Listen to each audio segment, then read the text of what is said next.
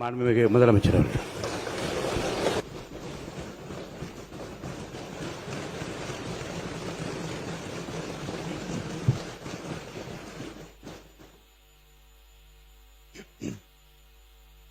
மாண்புமிகு பேரவைத் தலைவர் அவர்களே, உலகில் தான் உற்பத்தி செய்யும் பாலை தனது சந்ததிகளுக்கு மட்டுமின்றி மனிதர்கள் உள்ளிட்ட பிற ஜீவராசிகளுக்கும் வழங்கி உயிரை காக்கும் பசுவை தெய்வமாக போற்றி வளர்த்து வருவது நமது பாரம்பரியத்தின் சிறப்பு.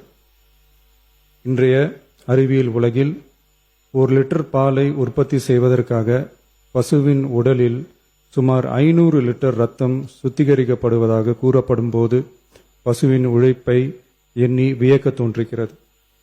தமிழ்நாட்டில் 8800 பால் கூட்டுறவு சங்கங்களில் உள்ள 3,16,000 பால் உற்பத்தியாளர்களிடமிருந்து தினசரி 34 லட்சம் லிட்டர் பால் கொள்முதல் செய்யப்பட்டு ஆவின் நிறுவனத்தின் மூலம் நாளொன்றுக்கு 31 லட்சம் லிட்டர் பால் நுகர்வோருக்கு விற்பனை செய்யப்பட்டு வருகிறது.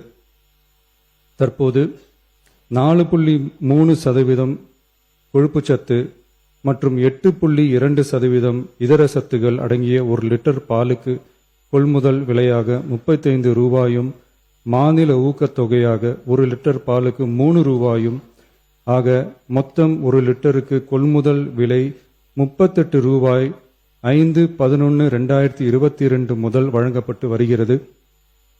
அதிகாலை 3 மணிக்கே எழுந்து மாடுகளை சுத்தம் செய்து பால் உற்பத்தி செய்யும் உற்பத்தியாளர்களின் உழைப்பையும் தீவனம் மற்றும் வேலையாட்களின் கூலி உள்ளிட்ட அதிகரித்து வரும் செலவுகளையும் கடந்த கால அரசு போதிய அளவில் கருத்தில் கொள்ளவில்லை.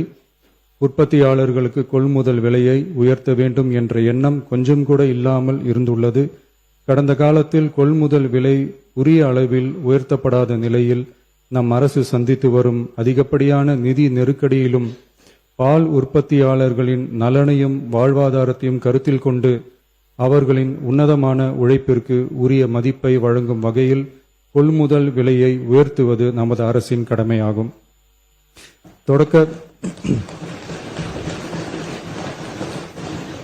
தொடக்க பால் உற்பத்தியாளர்கள் கூட்டுறவு சங்கங்களில் பால் வழங்கும் 3,16,000த்திற்கு மேலான பால் உற்பத்தியாளர்கள் பயனடையும் வகையில் பால் கொள்முதல் விலையை லிட்டர் ஒன்றுக்கு கூட்டுறவு சங்கம் மூலமாக 1 ரூபாய் உயர்த்தவும், மேலும் அரசு ஊக்கத்தொகை 3 ரூபாயிலிருந்து 5 ரூபாயாக உயர்த்தவும் ஆக மொத்தம்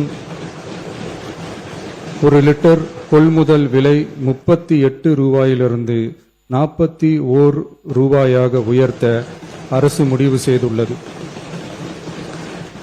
இந்த கொள்முதல் விலை உயர்வால் கூடுதலாக ஒரு மாதத்திற்கு ரூபாய் 30 கோடியும் ஒரு ஆண்டிற்கு 360 கோடியும் செலவாகும்.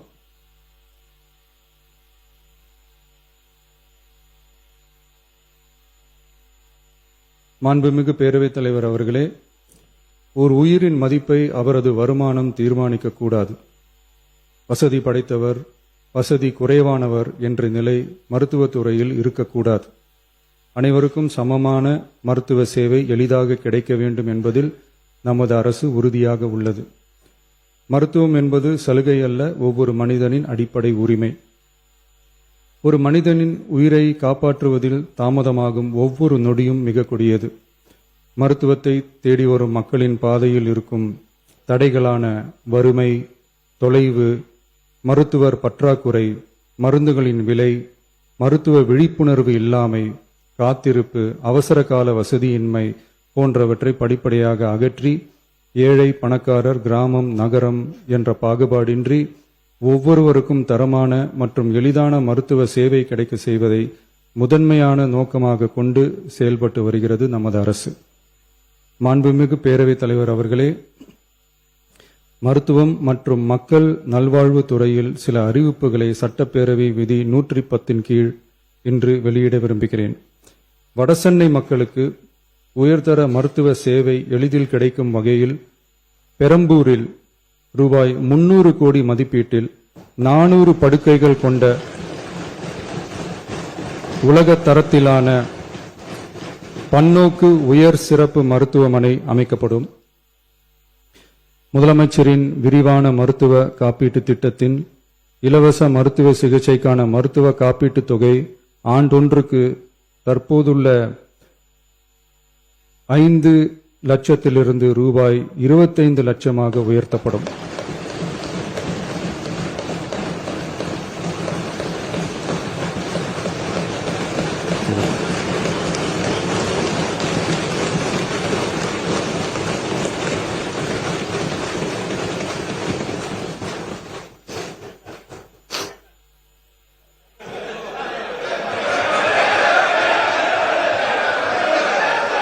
நீங்க படிங்க உட்காருங்க. மாநில உறுப்பினர் ஆசிரியர் உட்காருங்க. பேரவை முன்னவர் உட்காருங்க. அப்புறம் எடுக்கலாம். உட்காருங்க.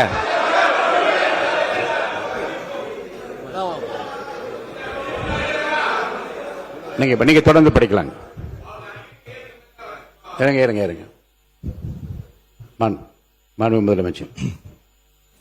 திருநங்கையர்களுக்கான மருத்துவ மற்றும் அறுவை சிகிச்சை சேவைகள் கூடுதலாக சென்னை ஸ்டான்லி, திருநெல்வேலி, தூத்துக்குடி, செங்கல்பட்டு, திருவாரூர், தருமபுரி மற்றும் கன்னியாகுமரி ஆகிய 7 அரசு மருத்துவக் கல்லூரி மருத்துவமனைகளில் முதலமைச்சரின் விரிவான மருத்துவ காப்பீட்டு திட்டத்தின் கீழ் வழங்கப்படும்.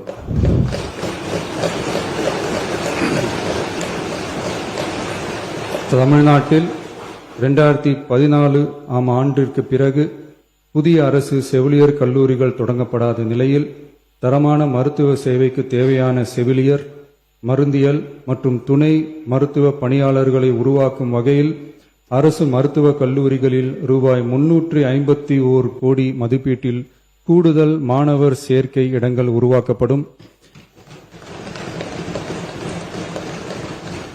7 புதிய அரசு செவிலியர் கல்லூரிகள் தொடங்கப்பட்டு 660 பிஎஸ்சி செவிலியர் மாணாக்கர் இடங்கள் உருவாக்கப்பட்டு ஏற்கனவே உள்ள செவிலியர் கல்லூரிகள் மற்றும் செவிலியர் பள்ளிகளில் கூடுதலாக 1925 கூடுதல் மாணாக்கர் இடங்கள், எண்முறை மருத்துவம் உள்ளிட்ட 12 துணை மருத்துவ படிப்புகளில் 2778 மாணாக்கர் இடங்கள்,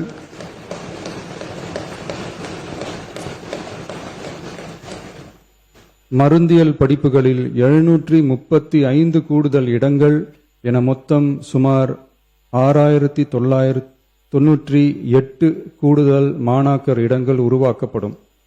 தமிழ்நாட்டில் அதிகரித்து வரும் புற்றுநோய்களை தடுக்கவும் தரமான சிகிச்சை வழங்கவும் முதலமைச்சரின் புற்றுநோய் பராமரிப்பு இயக்கம் chief ministers cancer care mission 677 கோடியே 44 லட்சம் ரூபாய் மதிப்பீட்டில் மேம்படுத்தப்படும்.